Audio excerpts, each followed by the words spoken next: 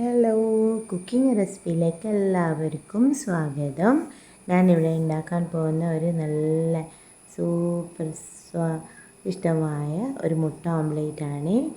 മുട്ട ഓംലേറ്റ് റെസിപ്പിയാണ് ഉണ്ടാക്കാൻ പോകുന്നത്.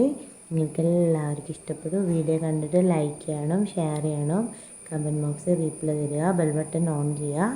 നമുക്ക് മുട്ട ഓംലേറ്റ് ഉണ്ടാക്കുന്നത് എങ്ങനെയാണെന്ന് നോക്കാം. ആദ്യം സവാള, ആവശ്യത്തിന് തക്കാളി, പച്ചമുളകും കറിവേപ്പിലൊക്കെ ഇട്ട്, പിന്നെ അതുപോലെ തന്നെ സവാളൻ്റെ തൊലിയൊക്കെ കളഞ്ഞ് നല്ലോണം കഴുകി തക്കാളിയും പച്ചമുളകൊക്കെ കഴുകി കട്ട് ചെയ്ത് വെക്കുക. നല്ല കുനുകുനാരിഞ്ഞിട്ട് വെക്കുക. പക്ഷേ ഒരു ഗ്ലാസ് എടുത്തിട്ട് ഒരു മുട്ട എടുത്തിട്ട് അതിലേക്ക് ഉടച്ചിടുക.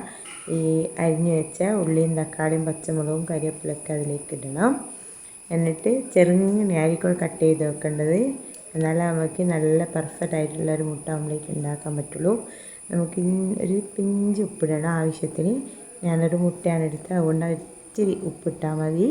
അതുപോലെ തന്നെ ഇച്ചിരി കുരുമുളക് പൊടിയും നമ്മളതിലേക്ക് ആഡ് ചെയ്യണം.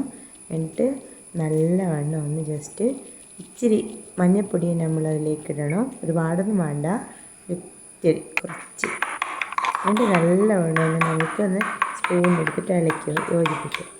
ജസ്റ്റ് നമുക്കൊന്ന് ജസ്റ്റ് ഇളക്കി യോജിപ്പിച്ച ശേഷം ഒരു കടായി ഗ്യാസിൽ ഓൺ ചെയ്തിട്ട് കടായി വെക്കുക. ഗ്യാസ് ഓൺ ചെയ്ത ശേഷം നമ്മുടെ കടായി വെച്ചിട്ട് നല്ലവണ്ണം കടായി ചൂടായിട്ടുണ്ട്. ഇപ്പോൾ ചൂടായപ്പോൾ അതിലേക്ക് കുറച്ച് ഒരു ടീസ്പൂൺ വെളിച്ചെണ്ണ ഒഴിക്കണം.